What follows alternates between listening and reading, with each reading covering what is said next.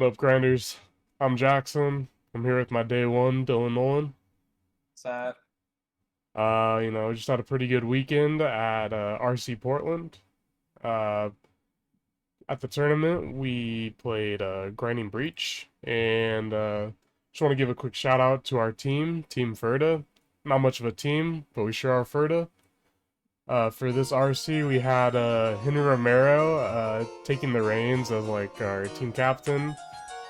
We also had Jesse Hampton in kind of more of an advisory role, and then also, obviously us two, and then we had Brian Willard Gordon, Charles Wong, Devin Straub, Sean Collins, Gabe Carlton Barnes, Andres Prost, Michael Simonetti, Miles Jones, Henry Friedman, James Nguyen, and Liam Williams. So shout out everybody. shout out to all of them. Couldn't have done it without them. Great team. Uh, had a good time. I can't believe you nailed everyone's name right. You At know, you already least. know. You already know. Also, are we calling it grinding breach? Is that what the name of the deck's actually called now? I mean, that's what it's called on. That's what everyone's calling TikTok. it, right? I don't know. It makes more I don't know sense. either. It makes more sense than calling it like Breach. Stupid name Yeah, that everyone calls it, since there's another deck called Breach. I think it's so funny on Goldfish how there's just like three different names or like three different like decks. Have they fixed that yet? I have no idea. Probably not. All right. But yeah, so Dylan Nolan, he won the last Grand Prix Portland. Tournament came back around in Portland once again, and it's not a win, but I call it a win. I took second place this last weekend, and Dylan Basically a also, win. yeah, it might as well be a win. Let's be real. What's $10,000? Yeah. But and then Dylan also locked up a Pro Tour invite, so yeah, no, super stoked. Do you think we have like an advantage with it being in Oregon, or like is is it just home field advantage? You think there's actually something to it?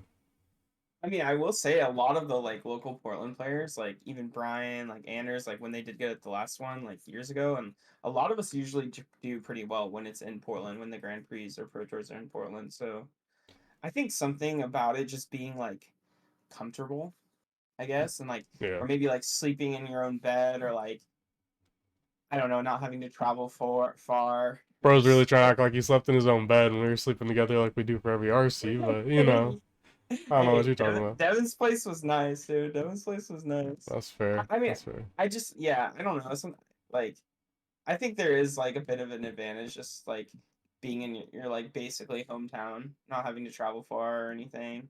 Yeah, I mean, I don't know about you, Like but no stress or whatever. like I'm broke. So like the fact that we have to like pay like $600 to go to Atlanta, that's a stressor in the back of my mind. Like I feel like I need to convert that to something. So like every round, I feel like I'm fighting for my life. Whereas honestly, like I was able to really take like a different approach to how I was viewing the tournament this time around, and like I was just kind of taking every round, one at a time, and just kind of I don't know. I was just enjoying playing Magic. I felt like I didn't have anything on the line.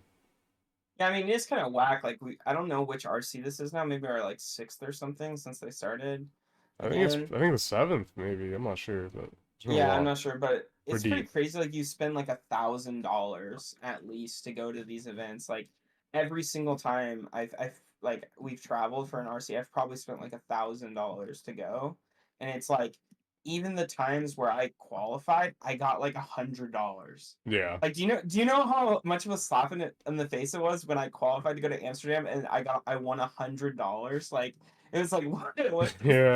It's like you're fighting for pennies sometimes.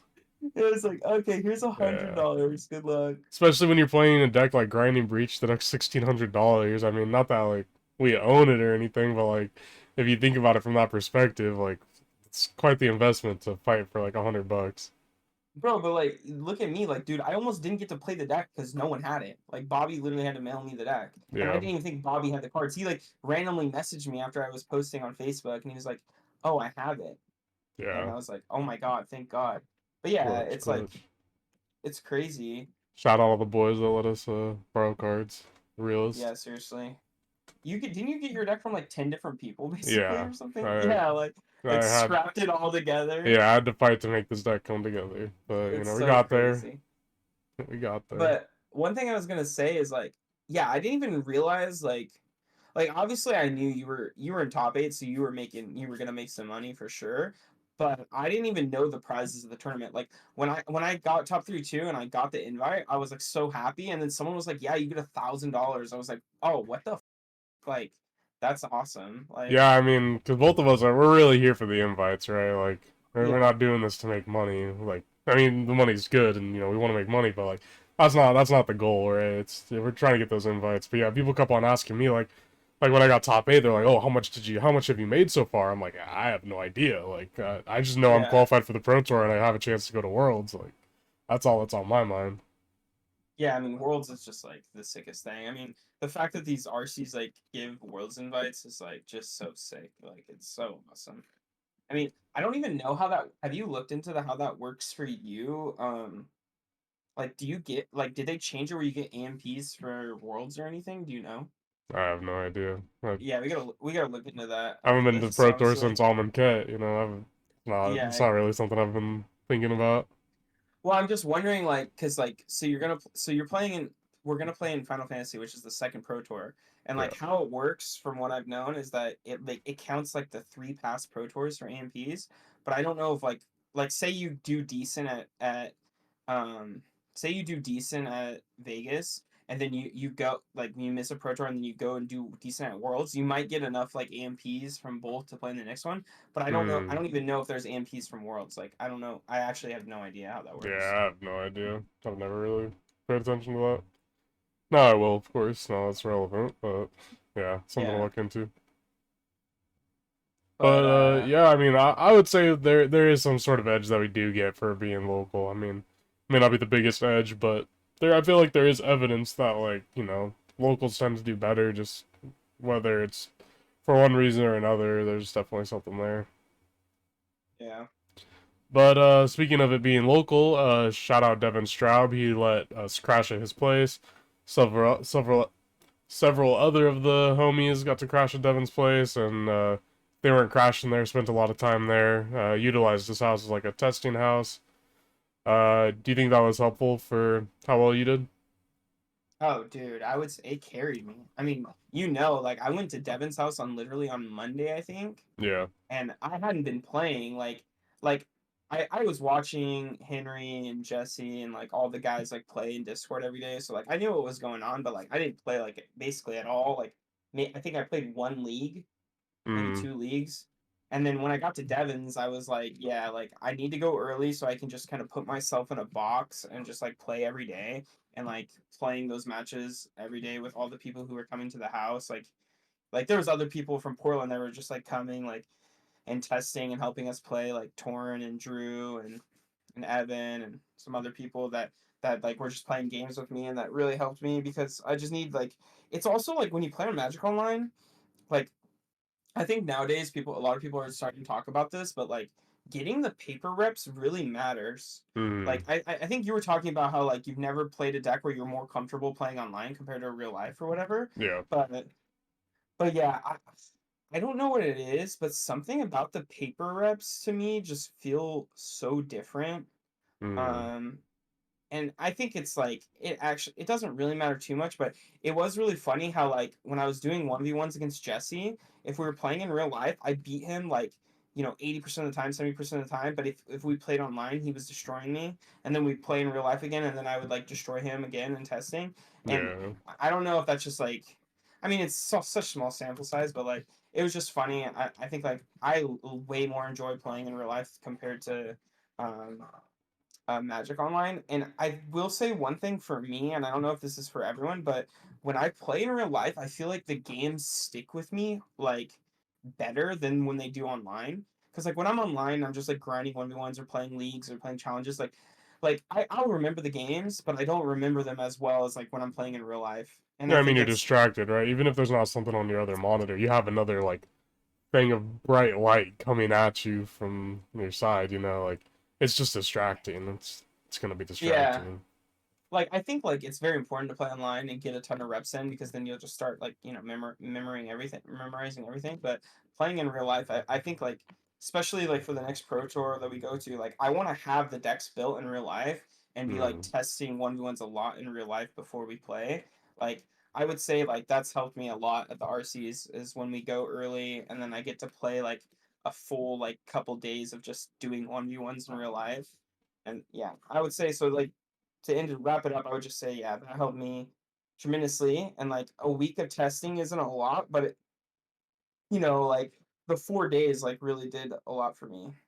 Yeah, I I don't know if mean, it did for you, but well, for me, like you mentioned, like I was saying, like I've never felt more comfortable playing something on Moto than in paper, and that's because I didn't play the deck in paper until Wednesday. That was my yeah, first like time playing the deck in till the paper day ever, you came over. Yeah, literally exactly. ever. And so up until then, shout out Miles for letting me use his mana traders, but I played a lot online leading up to the event, and I've only played in like 3 challenges before. I got to play in a challenge. I topped that, and then played a lot of leagues, a lot of 3-2s that probably should have been 4-1s just because of the amount of like things you have to do with this deck. But yeah, no, I played a bunch online leading up to it. But then yeah, going and actually playing paper games is huge to me. Like being able to go to Devin's house. It was mostly mirror matches. I really would have liked to get some more games in against Energy, or I didn't play a single game against Black White in paper before the tournament. I think I only played against it once on Moto. Same with like Belcher. I've only played it one time on Moto and then Oh my god. no games outside of that. So, yeah, it definitely would have been good to have a bit more diverse like pool of opponents, but getting any sort of games in paper was like a big deal for me because yeah, like you said, uh getting those paper reps in, it really ingrains into my memory a lot better. Whereas like playing on Moto is much better for me to get the fundamentals of something and just get a high density of it, right? Like you don't have to worry about Yeah. shuffling, you don't have to like pick up all your cards, just the next game just goes. And so like it's really nice just to get high reps in, but the paper games really seem to stick. Yeah, I was telling Michael, I was like, yeah, like in these big tournaments, and a big reason why I was thinking about going to Charlotte is that it's like I feel like after I play one of these big tournaments and I've played all those rounds and I've thought about all the matchups and like I've learned things as I was playing in the tournament, like it makes me want to go play another tournament like right after that Oh because it's like yeah, if I was qualified, I would go. I think I would yeah, go. right? Yeah, Like, doesn't it feel like Charlotte's in a couple weeks and it's like yeah. we get to play the best deck that we've already tested and played a bunch, and it's like, Mm. yeah, things are gonna shake up a little bit, like maybe, but I it's don't like know. one, I don't think you're shaking up this deck. That's all I'm yeah, saying. no, this deck's It's too so good. broken. Yeah, Yeah. and it's like, and I was telling Michael, I was like, when you play against me, you want to play against me in like, the first round of the tournament, fourth round of the tournament. Like, you do not want to play against me in the 10th round of the tournament, like, because like like you get so much better at the deck, like just like in really like high intense matches, like Mm. thinking like and like playing the deck a bunch, and I feel like that helps me a lot. One thing I was also gonna say is that like I will say that not having enough reps on the deck and our testing where like everyone was playing the same deck was like pretty bad because I played against, like you said, you played against Belcher. You never played against that. I never played against that a single time. Yeah. Like I played against Samwise combo. I've never I played was that in praying my I didn't life. get paired into that deck because I had no idea how that game was gonna Yeah, feel. it's like Yeah. I knew how to sideboard against Eldrazi and play. I kind of knew how to play against Eldrazi, but even then, not great. I knew how to play Mm. the mirror. I knew how to play against Boros, and like the random shit decks. Oh, I knew how to play against Murktide. Obviously, that was a fucking buy. But like, if I were to play against Belcher or play against like freaking like all these like I don't even know. Like, I'm trying to think like random decks I've never played against before. I was just so lost. Yeah. Like Kelvin kind of came in clutch playing Titan, so I knew a little bit about Titan. And then GCP played Black White, so I knew a little bit about Black White, but it was like, like only one or two matches. I probably should have taken advantage of Kelvin being around because I didn't end up playing any games against him, and that ends up being the deck I lose to in the finals is Titans. So I'm looking a lot, but maybe some extra reps would have helped with that. Yeah, definitely. But yeah, I mean, overall, I mean, I think like for how much little time we put in, I think it like was good. I And mean, like can't get much just better, really. yeah, I mean obviously can't get much better, can't get better really. Like Unless both and of us also shoot I for think worlds. yeah right. Yeah, that's why I'm trying to go to Charlotte, bro. I'm Mm-hmm. trying to go Mm-hmm. spike that tournament, dude. But I was just thinking like, do you remember when we had that meeting? I actually don't even know if you were in that Discord meeting, but I basically joined the call and I was just like, if you're not like, I feel like you're trolling if you're not playing this deck. This is Yeah, like I was weeks actually ago. that was actually the next thing I want to talk about is why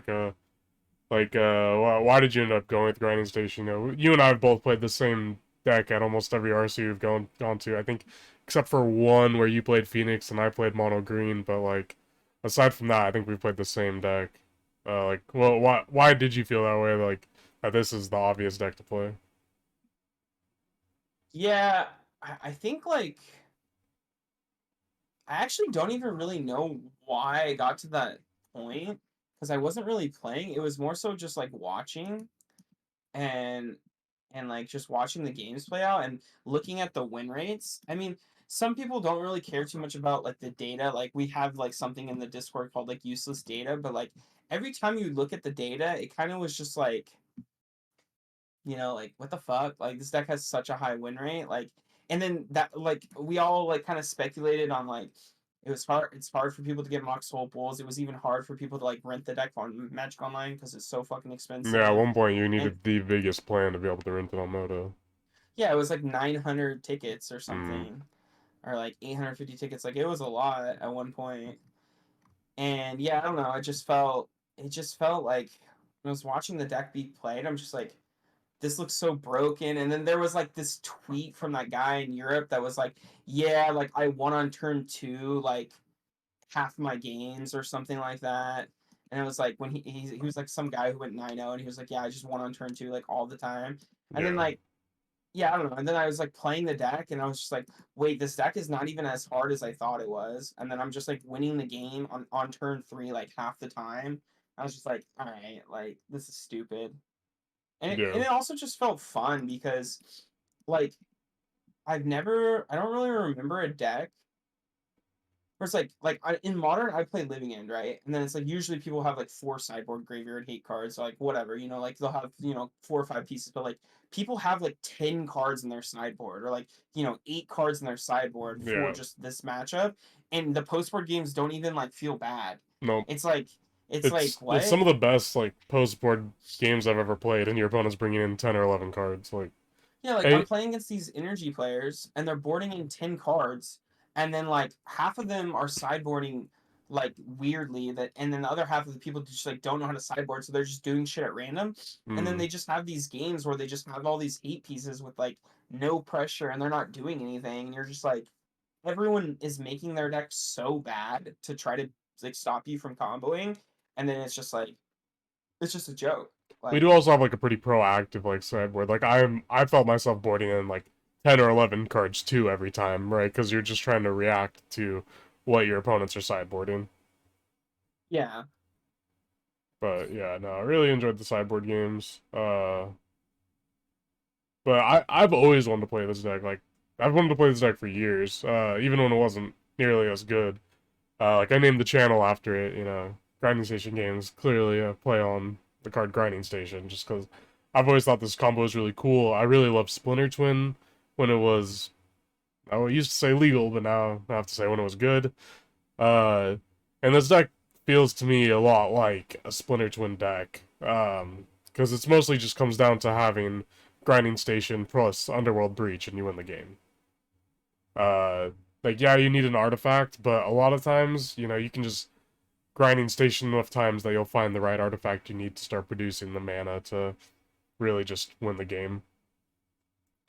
But yeah, Yeah. I've always wanted to play this. I got really lucky. The Moto was just in a terrible state, so they did the all access, which was huge for me. Like Miles let me use his account later on, but when the all access was available, I was playing like non-stop, and that's when I got to play in the challenge that I ended up topping. So that was a really big deal, also, just because the deck's so expensive. Like I don't have access to.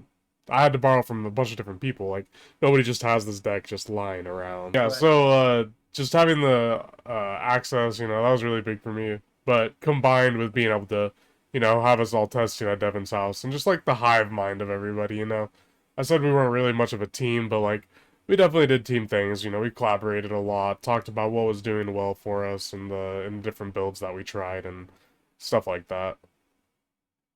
Yeah, I think a lot of people on the team did really try and played a lot for this RC. Mm. I mean, I think we could have done some things better, obviously, like, Yeah, for sure.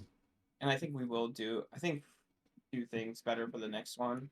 Um, but it did feel like it was like successful. I did feel like people were like trying really hard and like helping each other. Like I really liked what Gabe just posted in the Discord talking about stuff. Um, Mm. but I kind of do like where it's like we have like a bunch of people who like want to help each other and like it's just fun. Like it doesn't feel too stressful and it doesn't feel too like bad, but it's still like everyone's helping each other. So Yeah, that's kind of what I mean by is really not as much as a team, because like with the team, you feel like you're kind of like forced to like help people, whereas the dynamic that we have, it's like we're just hanging out. Like we're just hanging out, yeah, playing games. We all have the same goal, kind of thing. It's there's no expectations on anyone. Sometimes people are pulling more weight than the other people, but ultimately we're having a good time doing it, and clearly that works. yeah, it does work. And I think it shows like a lot of people have had success, a lot of our friends. So I mean, we just create a good environment. So that's great. I was gonna say off topic though, if there was anything you would change, like say you were going to Charlotte, Hmm. what is there anything you would change in the deck? Uh, you know, I really liked Lightning Bolt this weekend. Lightning Yeah, Bolt was really it good was for good. me.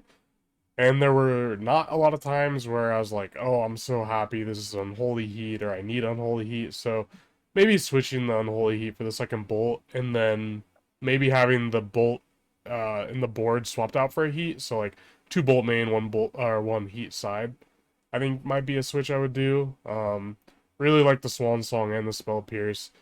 Honestly, everything else, I don't think I'd want to change. That's like the only thing I would probably change is just changing the removal spread. But otherwise, I loved the 75. Grape shot over Thoracle all day, every day. Yeah, I would say that was really good. Grape Shot was a lot better for me. The one thing I would say about the Lightning Bolt Unholy Heat, I actually think that there was more times that I wished it was Lightning Bolt than it was Unholy Heat. No, yeah, Because exactly, I totally. couldn't kill Tamio. Yeah, Like I wanted to be able to bolt fucking Tamio on turn one, and I just couldn't.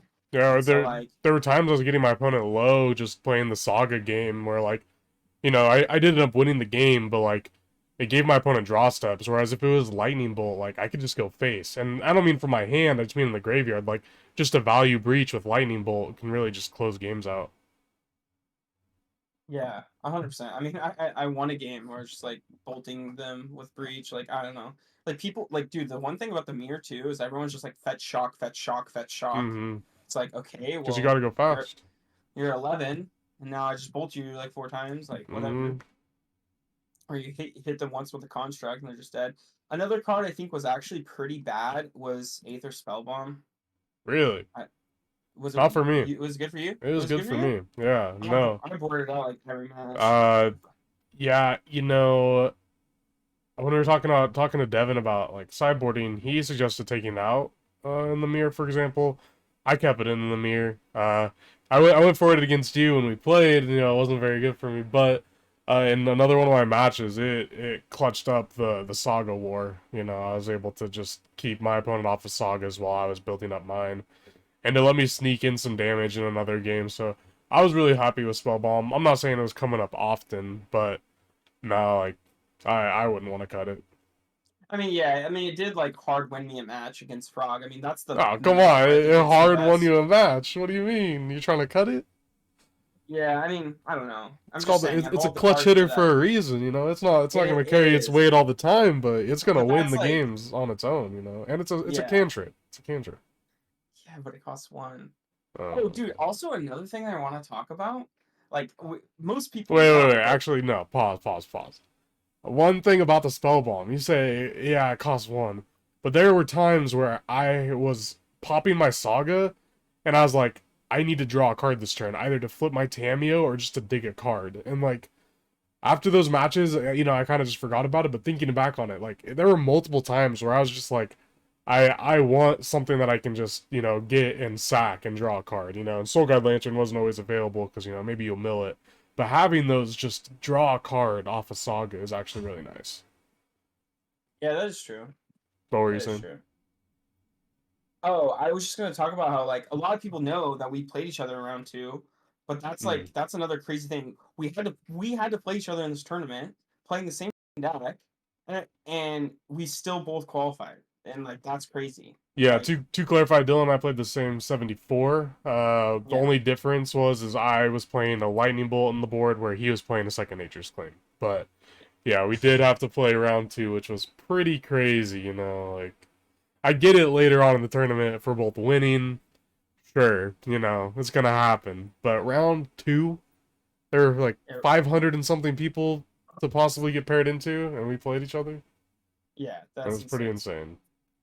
But I mean, it was, Sean and Michael had to play each other too. I guess in, like round 4 or 5, but yeah. still, like that's like different. Like round two is crazy. Well, yeah, and like our relationship's a little bit different than theirs. Like, yeah, they're on the same team or whatever, but we started Yeah, playing Magic together, so it's a little different. It's a exactly. little different. It's But also cool how like out of all of the like friend groups and like teams and stuff that we know, like we were the two that like qualified. Like not many other people we know really qualified. I guess shout out Quentin, his I was first about to say, VC. shout out Quinn, shout out Enzo. Both of them qualified for their first Pro Tour. Oh yeah, I That's forgot. awesome. Two more people from Oregon getting it in.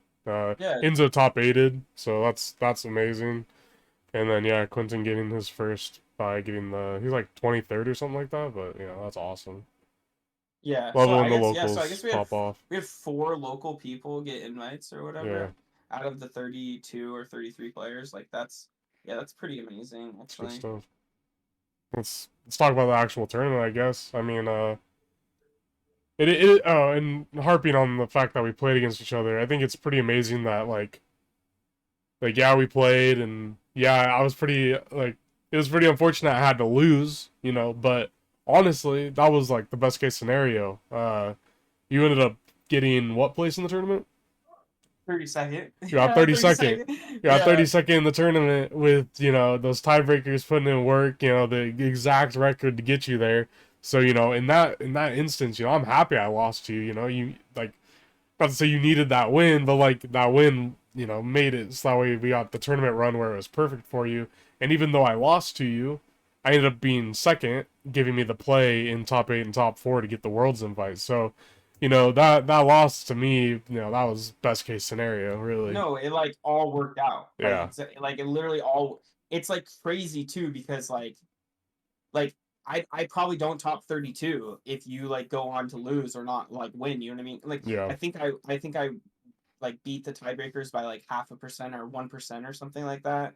And yeah. like So, well, like when you see it happen, it's like, oh, this is the worst case scenario. But really, at the end of it, that us playing was the best case scenario. It's yeah, and crazy to like think and about. people dude, and people like you never know. Like, say you beat me, right, and I lose. Like, you know what I mean? Like, it's a whole like Whole different everything tournament. changes. Our A whole whole different neither of tournament. us could have gotten an invite in that world. Yeah, exactly. So like, it's Yeah. just so sick. It's so But sick. yeah, focusing more on the tournament. I don't really want to go too deep into like all the matchups, but just maybe talk about like our runs throughout the day. For me, I think it was like all the way through round seven, my only game losses were to you, which was pretty insane. Like I lost to you in round two and it was 1-2, and then every other match I literally swept all my games, which was pretty insane. And then to end the day out, the last two rounds I played I think Eldrazi back to back, and I dropped a game against each of them, but I felt like I was just on fire that day. I didn't get any turn two wins, but like the deck was smooth. I got a lot of turn three wins, I can tell you that much. Yeah, I mean, it seemed like you were just sun running. My tournament was way more of a struggle. Okay, A lot okay. more Just cause I just cause I constructs sweep. attacking. No, I did a lot of that. I didn't combo that much. Like I had to do a lot of fighting too. Just cause I won both my games doesn't mean they were free. Don't get it twisted. You know, No, dude. it That's kind was a of crazy. You battle. It didn't was a have any battle. turn two wins though. No, yeah. I know for sure I had one because I was playing against Amulet and it was basically like, or no, it wasn't Amulet. I was playing against Eldrazi. Hmm. Oh, maybe I had two turn two wins, but it was basically Hmm. like if I didn't combo that turn, like I lost or whatever. Hmm. And so I definitely remember those. But I mean, I did multiple times get to play like three Cheerios, Imri Tamio, and that feels like a turn one win. But I mean, it's not officially. But no, whenever you get to dude, do that, it feels so broken. those starts are so sick. Yeah. Yeah. Oh my god. Oh, what would you say was better for you? Oh, I mean, obviously both the cards are very good, but would you say Tamio did more work for you than the tournament or Emery? It's hard to say just because like Cameo a lot of the times just is making just like do nothing artifacts and like she's good, but a lot of times she's just fine. She's more swingy, I would say. You know, like Tamio has like uh pretty low lows, but like there was one game when I got to ultimate Tamio and my opponent just scooped. Like it's just game. Like I'm gonna get counter. Well, not guaranteed, but I'm likely to just get counter magic plus combo. So like if you ever get to ultimate Tamio, you just win. Whereas Emery is just always putting in work. So I mean, if I had to pick one of them, I would say Emery's the more important one. She's just constantly Yeah. generating value, just picking up baubles, just a one-sided howling mine sometimes, like plus information. What do you think about people cutting like Urza Saga and Emery's? I didn't believe it the first time I heard it, honestly. Yeah, it's kind of weird. I don't get it at all. Like Emery's broken, and like Urza Saga, I guess you can make an argument that you just don't want to get blown out by like a naturalize effect, but like there's none in the main board. Just board them out. That's what we were doing. We were just taking Urza Sagas out. Like they Yeah. don't they're just too powerful like to not want to play with them. Like and you can just mitigate the risks by thinning them post board. Yeah. Yeah, I will say the one thing that people were talking about is trying to get more blue sources. I will say that's the reason why I mulligan the most though with the deck. Like it's like, dude, there's so many hands I would open up, and I'm just like have the nuts, but my hand is like Stomping Ground Urza Saga.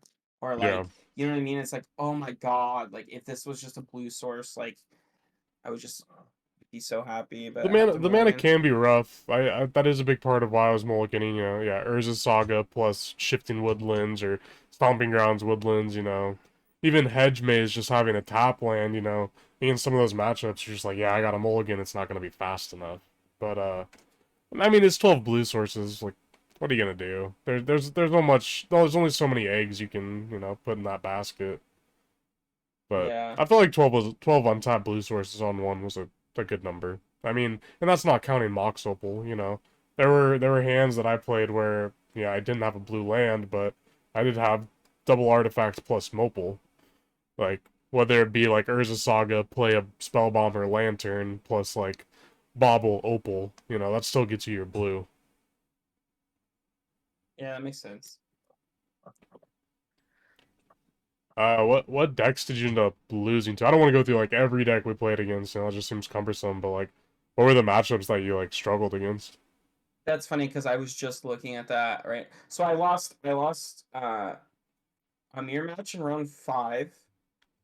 I lost to Eldrazi in round 4. What was the I mirror th- match you lost? I lost to Pete, Yeah, Grinding yeah, Station. yeah. You lost to Pete, and then your boy had to come in and Yeah, give revenge. it to him. What round did you play against him? I think it was I like played two or him. three rounds later. I don't want Yeah, to because I pull it played up; I it'll played mess him up the in round interface. But 5, and like yeah, it was round 7 then because the last 2 rounds I played against Eldrazi. yeah, I will say that the one matchup, like out of all the games in the tournament for me, I don't think I made like that I noticed. I don't think I made very many mistakes besides like sideboarding or mulliganing maybe that I just don't know if I or not, but I know for sure that I fucked up against Eldrazi in Hmm. round four. In round four, when I was 3-0, game one, he just like carned me, like won the die roll and carned me on turn three and just like owned me. But game two, I just played so bad and like, yeah, like I don't want to say punted, but like basically punted. Like I just played so bad against Eldrazi, and then the other two rounds I lost were to I played against Tangrams playing the like four color breach, and then I lost to Pete playing the just like the basically the same mirror match, basically same deck list as ours. Hmm. And then I lost to Black White, but it was like, dude, I don't know how many Black White you played in the tournament, but it was Just the so one on the top. disgusting. He like he has the 2 mana card that like destroys a land, like Ghost Quarters you or Yeah, whatever. yeah. And Night. I drew my island for turn, like both games, where it was just like I'm like chilling, I'm winning, I'm like doing fine, getting ready to combo, and then I draw my island, and then he goes like land like freaking Stone Rain you, and then he like untaps Stone Rains me again, and I'm just like, dude, like it was just so tilting because like No, both games I drew the island I that I drew I drew lost. the island in the top eight match against Black White, and unfortunately my hands were just really powerful, so it never really got to that point, or it just didn't have enough interaction. But I drew the island, and I was pretty worried about it. But yeah, thankfully it didn't come to that. Yeah. Like that's why when we were like preparing, because I played against in like the challenge, like I was playing one mountain in the deck for a while. Ultimately, kind of got talked off of that, but it was something I was definitely afraid of.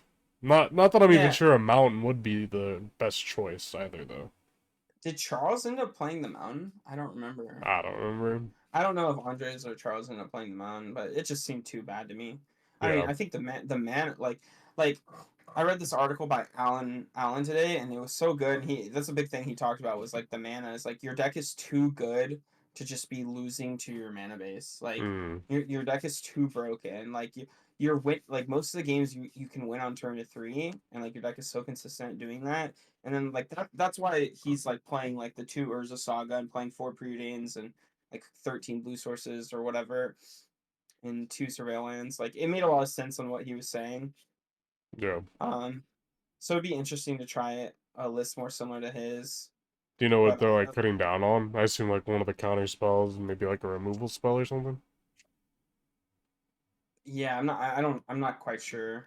I Yeah. didn't look at his list completely. I guess I could pull it up, I but don't know. I it's I kind of love the whatever. I love the flexibility of the list that we ended up playing. It is a lot of one ofs, but like they're flexible and really powerful one ofs. So like I really liked the spread that we ended up going with. Like I said, the only thing I'd consider changing is maybe put another bolt in. Yeah, but I think Langell would be really good for future for Yeah, sure. on my side of the tournament, my only losses, I played against you in round two and lost. I did punt, keep it a buck. I sacrificed the wrong mocks. There's something about playing against my friends where I don't feel like I can ever like lock in. Like I'm not saying I always play bad if I play against my friends, but like there is just a different level of like me because like I feel like I kind of like I'm a bit cutthroat when it comes to like playing and like the energy I give off when I'm playing is different when I'm playing against my friends or like a random person. So like I feel like I don't play at 100% when I'm playing against my friends and I do end up making those stupid mistakes.